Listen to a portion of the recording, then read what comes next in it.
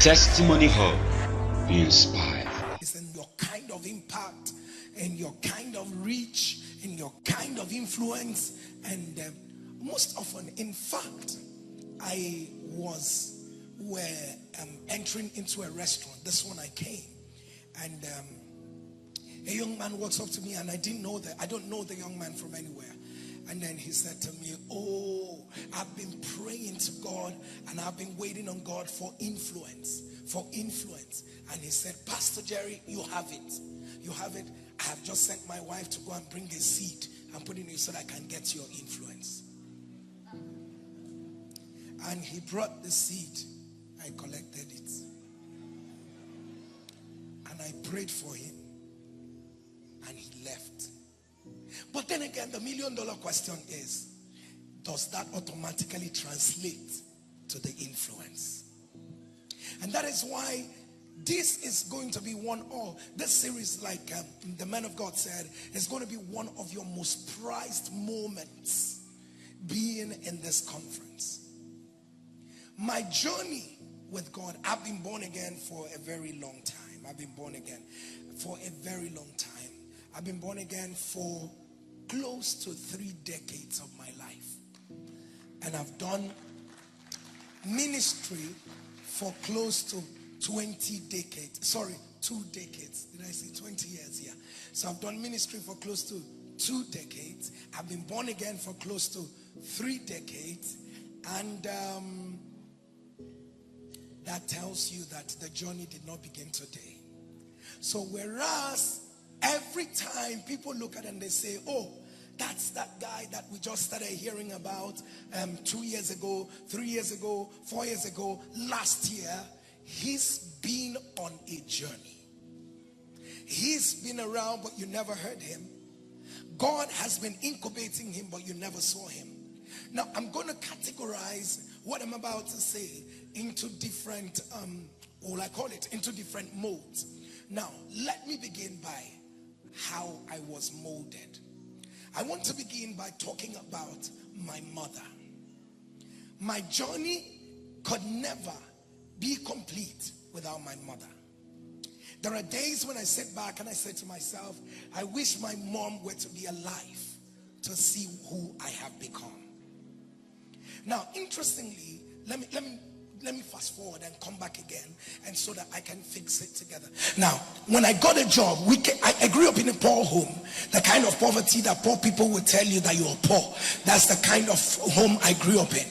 And then, but I knew I hated poverty. I knew I didn't want to be in that atmosphere of poverty. And then immediately I started looking for jobs. In fact, the couple that paid my way through school, I met them in the church. I met them in the church because I was this small boy who comes to church. I sit in church. I'm part of everything the adults are doing. When it's time to read the scriptures, I am the one that reads it. When it's time to, so I was a church rat. And then I met a kind couple in church who now said, "You know what? We are going to take care of everything about you, your schooling and all that." And they did that till I graduated from the university. So when I graduated from the university, and that was my first degree, I got a job. I worked in a media house for just a few months. And then after that, I got a job with the World Bank project on HIV and AIDS. Excitedly, I ran to my mom and I said to my mom, "You know how it is? This is a light coming into the home." And I went to my mom. I said to my mom, "Guess what? That I got a job with World Bank. World Bank. Not World Bank Estate. The real World Bank. That's where I got a job." My mom wasn't excited. I looked at her face. I said, "You're not happy that I got a job?" My mom replied me, and I'm going to quote her word for word. She said, "This job you're getting is not what God told me about you." Now, I want to begin by speaking to parents. Please, I beg of you, don't raise a child you have not gotten the manual from God. The child in your house was existing somewhere before he came to you, or she came to you. Please, can you be intentional about telling God, can you give me the manual of this child's life? Let me not be asking the child to fill a particular course in the jump form or when he has no business doing that. Train up a child in the way he should go. Sir, before you can train up a child in the way he should go, you must know the way. My mom said, that's not what God told me. I said, it's not what God told you. For the first time of my life, I felt like my mom was being a witch. I said, in this place that you are in, I told my mom, do you know how much I'm going to be paid? Everything I said fell on deaf ears. She wasn't listening to me. I took my things and walked away from the house. All through the day, what I kept hearing, that's not what God told me. That's not what God told me. That's not what God told me. That's not what God told me. Then after a while, we got used to it. My mom got used to the fact that I was walking, and then one day I had a near-death experience on a flight, on a Chachangi flight that we were at the time. Then I came back and I was telling my mom, thank God for me, this is what happened. My mom made yet another statement. She said that when a man dies dislocated from destiny, is the worst kind of death that a person can die.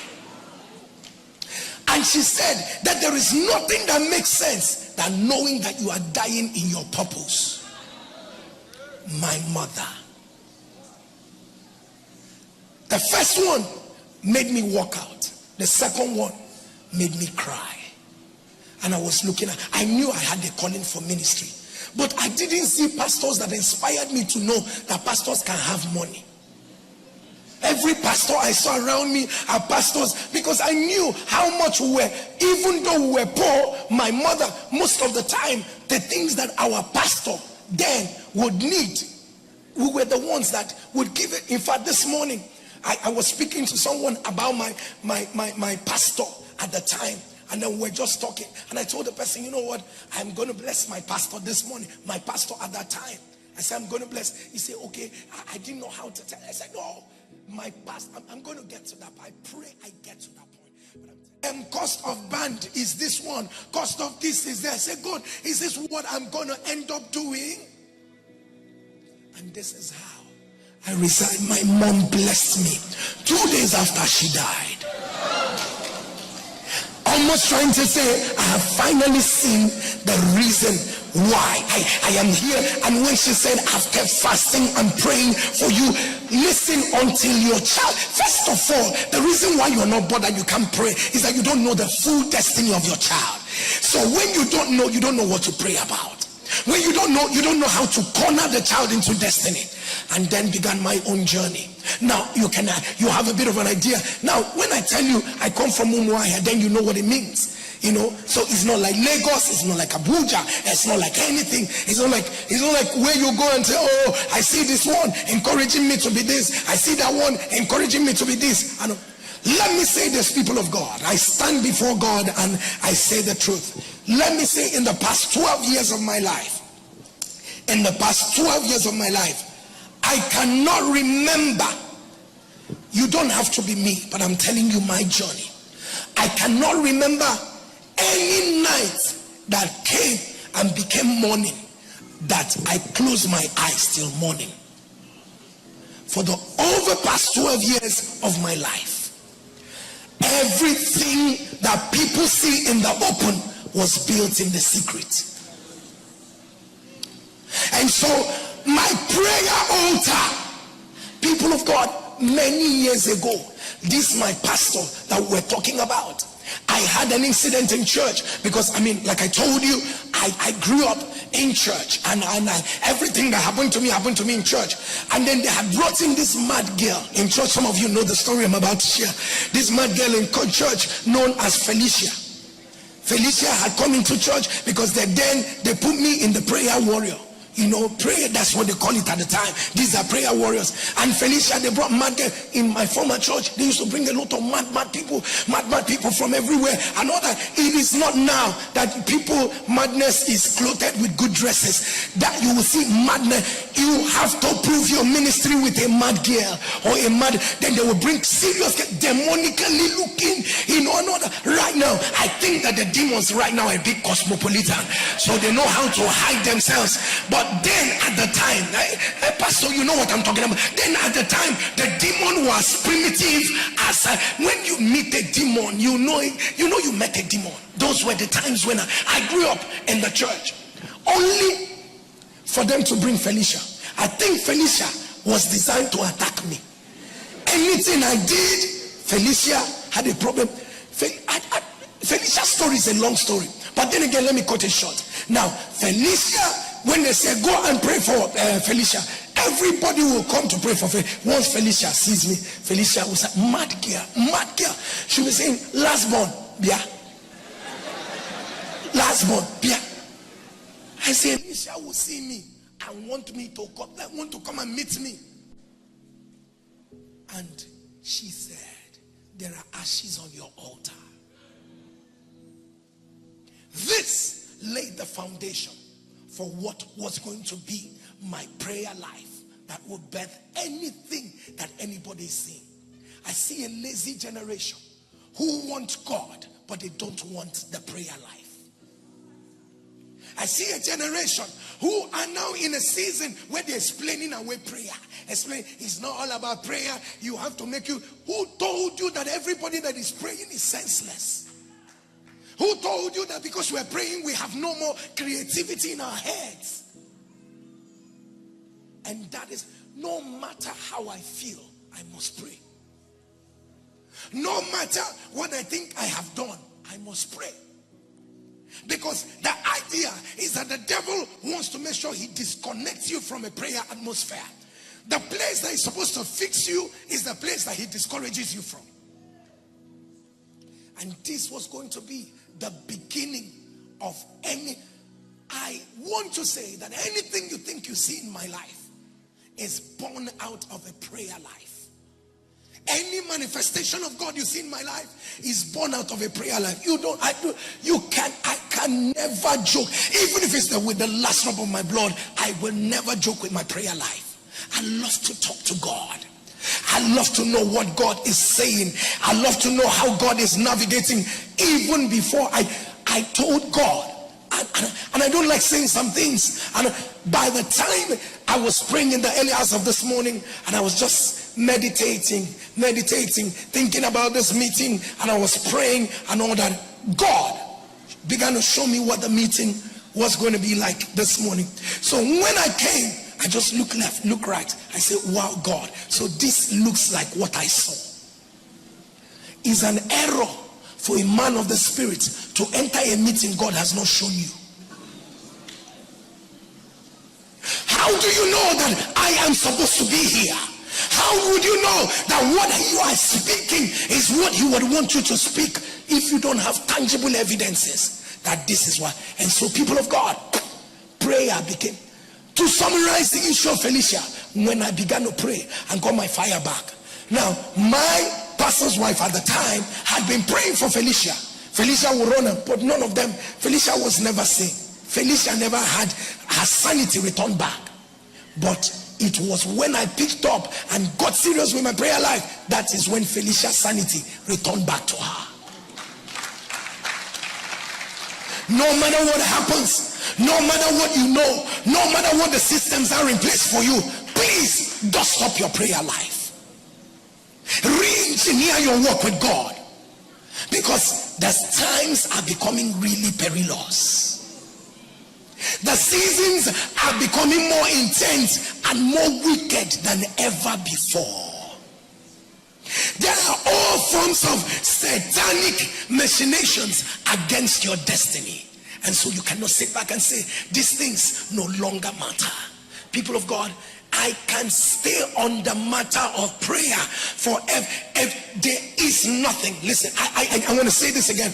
There is nothing that has ever happened in my life, maybe just a few major things that have ever happened in my life that God did not show me. If my wife were to be here, I would be asking her major questions, even up to her family life, even up to the number of children I have, even up to everything. And once I say, God said this is what he said, and finally we will land at what God said.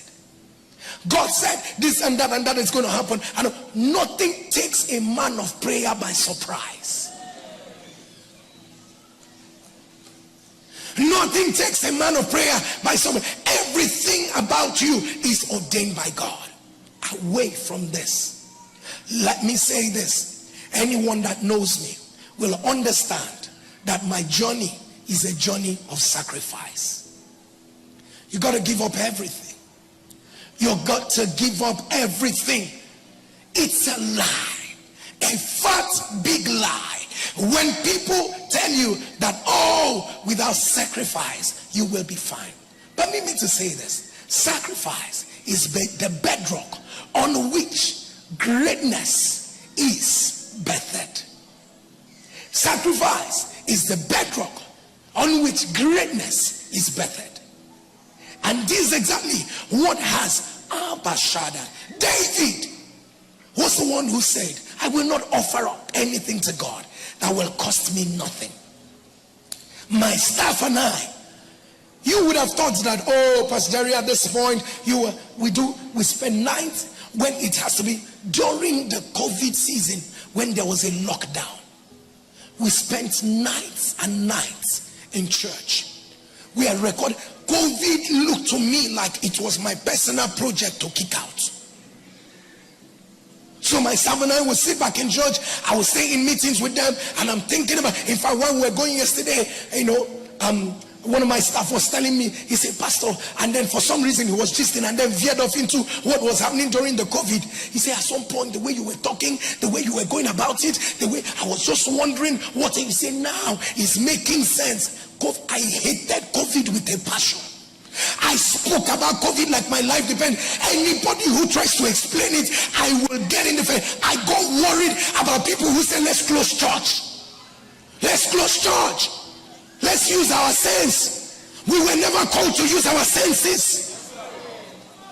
Pastors who go on social media, go and listen, say, hey, there's a reason, let us lock church. You open your mouth and say, let us lock down church.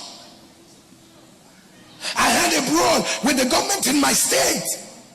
And then when we're talking, and then one of the top government officials cited a pastor in Lagos. I said, didn't you hear what the pastor said? He said churches should be closed. I said, this is a very trying time for my people. The only place they are looking for is, can you encourage me? And you are asking me to close church. People of God, the life of sacrifice. When we were in total lockdown, we kept churning out, we kept sacrificing, we kept praying. I'll pray through the night, I'll pray through the morning, I'll pray through this, I'll pray through that, I'll pray everything. I just kept saying, God, something must come out of this, something must come out of this. I'd already told you about sacrifice I make in the place of prayer. You know, I was saying to my pastors in a meeting, and I said to them, in this church, in Ahomaya church, I say, right now that God is blessing me, I say, none of you is qualified to be asking, why should God bless pastor the way he's blessing pastor? I say, in this church, let me show you people. I will point at this. I say, I bought it all by myself. Your one dime did not enter. Church money did not enter. I bought it by myself. I say, see this one? I bought it. So by the end of the day, I was the highest giver in church. Oh yes. It is easier for them to look at pastor and say, this one is on a private jet, this one is on this other one, this one is on the other. You have no idea the kind of sacrifices. You think all the money a pastor gets comes from the congregation. That pastor has no calling. Yes, sir. If everything that the pastor is just what these people sitting down here, another all that Pastor Lumide is what is all the people that are come here, even if they double you people 10 times over. It is only his caller that is responsible for his well-being. And by the time I began to point out, and I just said to them, look at this, look at this, look at. See, Pastor, in our Bali, no, sorry, he means in English, you are trying, you are trying. And obviously, when they began to see what God was doing, every one of them started trying in their own way. Pastor, don't worry, let me take care of this. Well, let me take. I say, if you are really taking care of it, you must take care of it very well, because we just started right now, because things just started looking up. And this is exactly what it is. There is no do you know, people of God? Every step of the way, you cannot meet me and the next thing you're not going to think of is sacrifice. Anytime anybody sees me, the thing they tell me is slow down, slow down, slow down, because I am a moving train. As I'm sitting back here, sometimes in my church, so my staff and I will be recording, and as we're recording, by the time we're done with the recording, everybody, including the cameraman, including the people that are there, they would have slept. Everybody would have slept. And by the time you finish recording, you'll now be telling them, we are finished, oh, we are finished, oh. You people can, people of God, but you keep pushing. You keep pushing. That is the place of sacrifice. My journey has been a journey of sacrificing everything. Now, the good thing about it is that your relationship should look like your vision. The relationships around you must understand your purpose.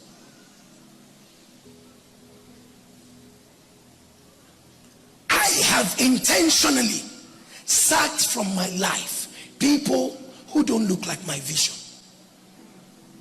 I've intentionally brought into my life people who I am excited. Sometimes I wonder, oh, my wife, if you leave her, I should even triple the things I'm doing. Because if I got married to someone who does not understand that there is something about, like you know, you would have been one more than you are if your relationships were understanding of your vision. It's either they align or they get out. It's either they understand or they forget about it. But either which way, your relationship must look like your vision. And around me, whether they are staff, whether they are people, whether they are anybody around me, understands that the hallmark of the matter is sacrifice. We sacrifice a lot. People come to work in the morning. By 4 p.m., 5 p.m., I send them a message. I say, we've got work tonight. We're doing some work tonight. By the time you know what's happening, when we started having invasion of people coming from everywhere, coming from different places, coming from one day, one of my female staff. So she was coordinating relationships with outside people. So this woman had flown in from wherever, I think it was America or Canada, I've forgotten where the woman flew in from. And then she flew in, and then she walks to the woman, and then she says to the woman, I'm sorry, you don't have an appointment with Pastor Jerry, and there is no way you can see him without the appointment.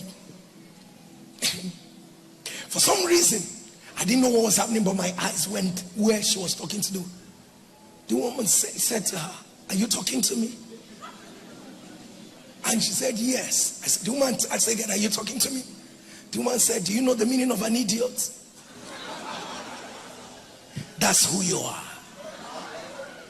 We thought it was a joke. She raised her voice and began to scream. We began to scream. I said, Roma, what's going on? Come. What's going on? What's going on? And then she now began to say, I was telling her that she doesn't have an appointment, that there's no way. And I told her that she already has an appointment. By coming flying down all the way, I said, no problem. We shall include her. But that day, the woman dressed her down. insulted her, different kinds of, but because they understand, in this place we are here to take insult. Because people's problem have already insulted them. So they are looking for where to go and invest their insult. I say, it's okay.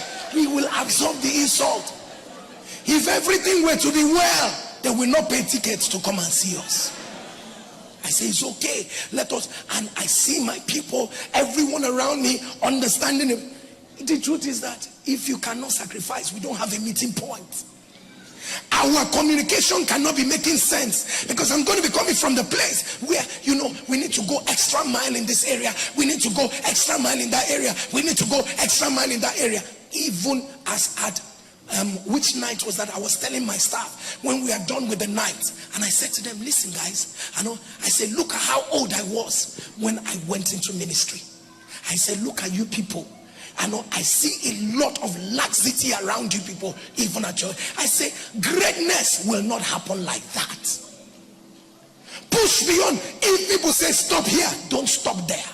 Push beyond that place. Never believe. Listen, nature and the universe, they respond to sacrifice. Nature and the universe, I know it like I know my name. They do not just respond to location.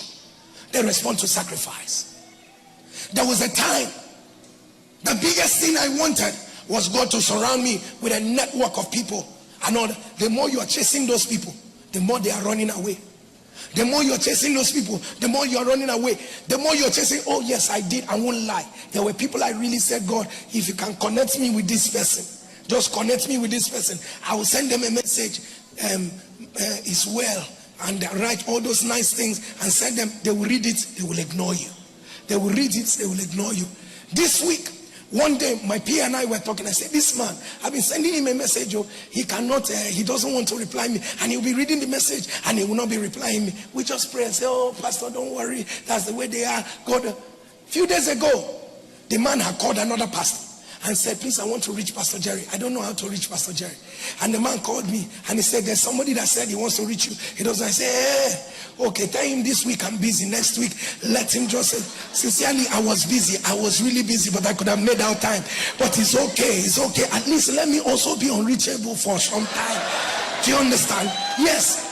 And by the time it was time to reach me and all of that, I just said, okay. And then he calls me and say, oh, man of God, your impact, you don't know your impact in our country. It looks like it is more in our country than in Nigeria. I said, are you not aware that a new season has been bettered upon? Cut the entire long story short, people of God, sacrifice made those that I was running after to start running after me. Listen, human beings are not exactly very sympathetic when they want value. People don't expect people sympathize with me. I've been in ministry for 7 years. I've been in ministry for 8 years. I've been in ministry for 20 years. No, sir.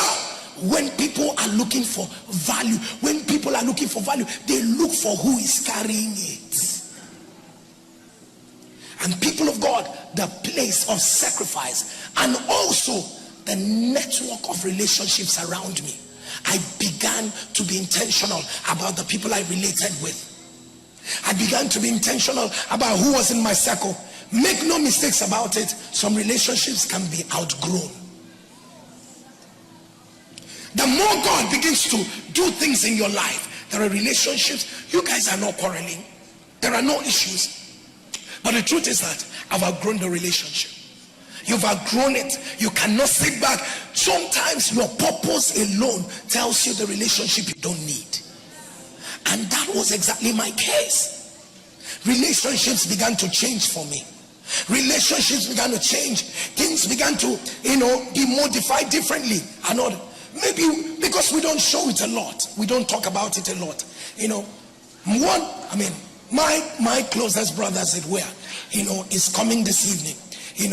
But the truth of the matter is that we came to a point and we realized there is something God is doing.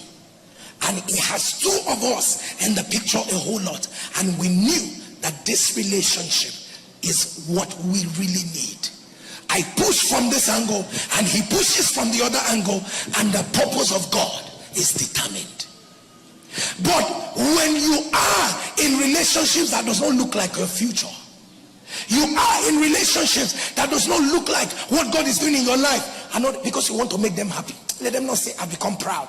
Let them not say I am now arrogant. Let them not say I know. Even as you are doing for them not to say, they are still saying. So the earlier you make up your mind and tell yourself, listen, relationships I don't need them. Let me also say this. You see, in all of these things, humility. They say, if you say you are humble, then you are proud. I don't know whether that one is true, but what I know is that the Spirit of God had to bring me to a place of humility. I don't know whether by circumstances or through in seeing the vanity of life, or maybe in instructions of my heart. I say it all the time to my wife. I say it all the time to my staff. I say, listen, we should own what we have. What we have should not own us. Because the moment you begin to think about this, think about that, it begins to own you. And that's the place where your heart begins to puff up. Humility has opened doors. Let me say this. I have a problem with the younger generation. I have a problem with a young person wants to talk to you. And it was Toyeko, my friend, that was talking to me about a job. Someone he would have given a job, and then he was just talking and say that he planned on giving this person a job, only for him to be talking with the person and was just having a chat with the person. You know what they call chat on the senior management, having a chat with the person, and they were walking on the way and all that. Whether the person was very excited, he now put his hand on the shoulder.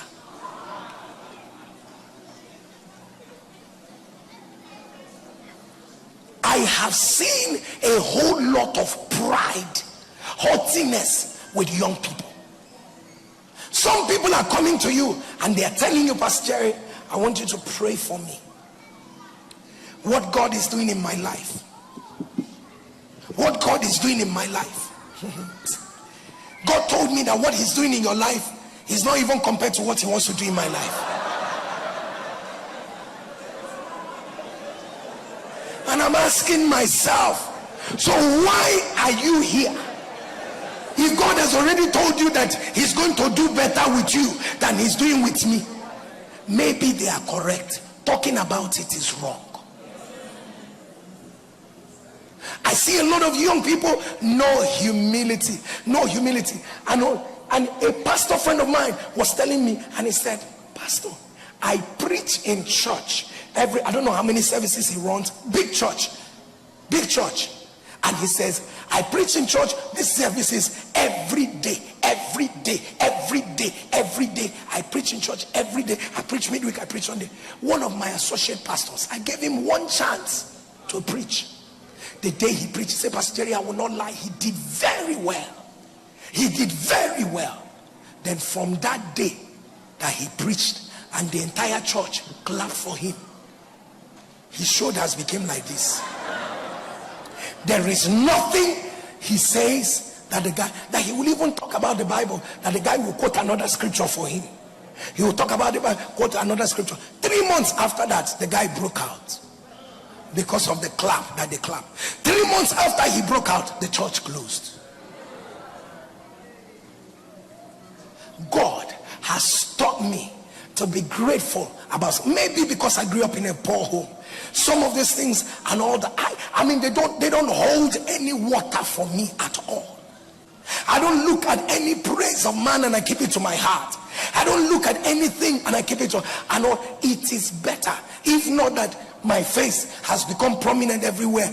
Sincerely, when I used to go for programs, when I hadn't become this known, I go for programs. If I come in with my people, you probably would think, it's not now that I have a lot of, I intentionally decided to groom a lot of young people. Then my people, big protocol will follow me. And when I come to anywhere, they will leave me.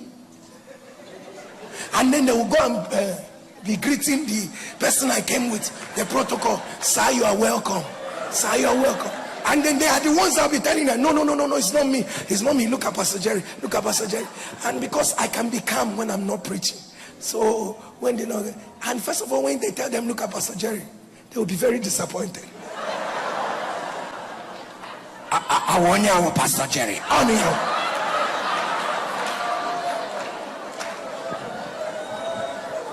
But the beautiful part of this thing is that pride will never get you more anointed. Pride will never open more doors for you. Pride will never in any way cause your heavens to open. And God had to deliberately, every day of my heart. Pastor, how do you come to this point where you make sure that your heart is every day of my heart? I tell God, search my heart. Search my heart. Every day I keep telling God, search my heart. I hope I am not doing this for the wrong reasons. Lord, I hope I am not more interested in the applause more than I'm interested in the impact. Lord, I hope I am not. I ask myself questions that keep my heart in check. But if you are not aware, you just probably would think that, oh, one time. Why I am emphasizing on pride is that I have seen people rise and fall, and I've made up my mind that I will not be of that generation that will rise and fall. I've seen people can hail for 2 years, 3 years, 4 years, a decade. After that, you will not hear about them again. I made up my mind. I will not be one of those that people will just hear about and never. But pride is one way to sign off when your assignment is still ahead. And so we must be intentional about, there is nothing that you have that he didn't give you. There is nobody that you are that he didn't make you become. And so there is a need for us to be very intentional about walking on the place of pride in our hearts. There are too many things to say, but let me say this. Every man who will be generational in their impact must understand that you are not meant to fit into culture, but you yourself must create culture for others to fit in. By this, while I was trying to become who I was, I kept trying to look for it. Please, people, provide me with templates. How do I make this happen? How do I make this happen? How do I make this happen? There were gaps, especially if God is raising you to do something that has never been done. There were gaps everywhere. And I just said, God, help me. How do I make this happen? How do I make that? Until the Spirit of God said to me, the answer lies within. The answer lies within. So, let me say this now.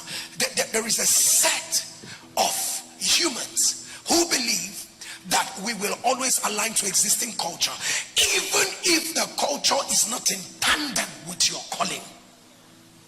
But there is also another set of people who produce culture from the place of their calling. How do I explain this further?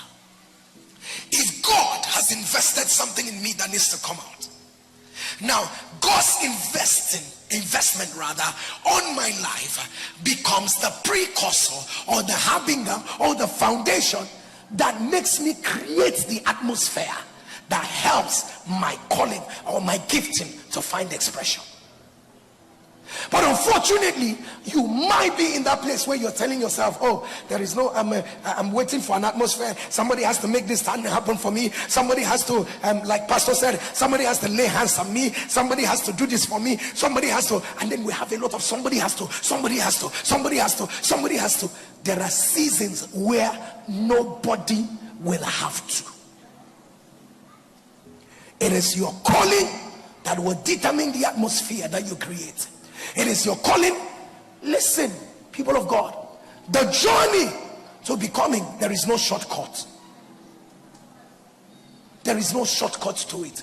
I remember many years ago when everything was tiring for me, and when I answered the call, I won't lie, like Peter, when I resigned from UNFPA, after some months of resigning, I wasn't seeing money the way I used to see money.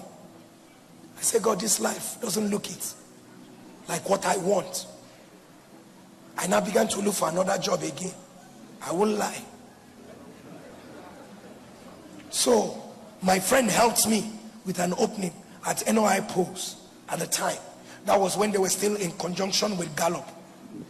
So I went to Lagos. I did the interview. In fact, I just came in from London. And then I told my wife, I said, well, there's another interview I'm going for now that I have not having money. So let me go and see. I say, it's not a serious job. It's a job that will allow me to do ministry. I know I'm lying. I knew I was lying. And so that's how I went. On the last stage of the interview, I was, talking with NOI. That is Ngozi Okonjo-Iweala. We finished talking. It was her company. So when we finished, we talked and talked and talked. She was very excited. She was very excited. She now called Kende. I don't forget the name. Said, Kende, issue that appointment letter right now. Do you know what I was hearing? Issue that his death warrant right now. I don't know why I was hearing that. Say, issue that his death warrant right now. Let me tell you, the journey to your purpose will not be easy. But I don't want you to think you have an option. Never think, if I don't do this, I can do this. That is where failure comes in from. As I left her office, my peace left me. As I left her office, everything. So as soon as I walked into my friend's office at the time, he's in DFID now. He's the country director of the. So, but at the time I've forgotten what he was. As soon as he saw me, he just embraced me. Emeka is his name, and he told me, congratulations, I already see that. I said, Emeka, my peace has left me.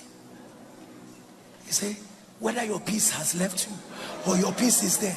He said, you see this job, I fought hard. I know that all that needed is for madam to see your face. And now that madam, I said, don't disappoint me. I said, I'm not sure I will do this, because my body was literally shaking. Now money, where they look for? I told God, I don't want to be the pastor that will steal money. I don't want to look in the direction of money. I don't want to. And that was the day as I left Abuja. And then I was coming back. I was on the plane. I said, God, promise me you will put food on my table. I'm not asking for it. Promise me that I will not write appeal fund letter. Just promise me I will not write appeal fund letter. Appeal to pay the man of God's rent. Appeal to do this other one. Appeal. I said, just promise me that I will be fine. Lord, I will do this work. And I cried. And God told me, forget about your tomorrow. Do the work I have asked you to do. And that is what led to where I am. People of God, there was a season of my life where I had a major breakthrough in ministry. And I came that day, I got so emotional, and I was just praising, thanking God. I said, God, you've done me. I said, God, you've done me. God said to me, listen, I have not yet started. Now I'm looking back on what God is doing. He said, I have not yet started. And he said, if you will give him more, then you can see what I will do. I have so many things to say, but I've spent time saying, but let me say this last one. Please, let me say this.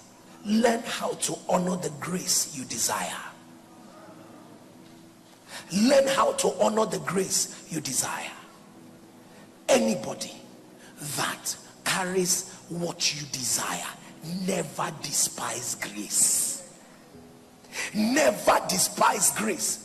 You see me, I'm a product of different graces that I have honored, that I have loved. You don't necessarily have to, people don't necessarily have to see you.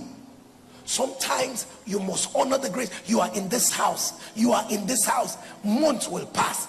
Day by day will pass. And all that. And you don't think I should just put together a seed to honor grace, because you have understanding. Apostle Paul said, you are partakers of my grace. Put a seed together to honor grace. I say it all the time, your man of God does not need it. And I'm not saying it because your man of God needs it. He doesn't need. I tell my people, I said, it's not because it's for your own good.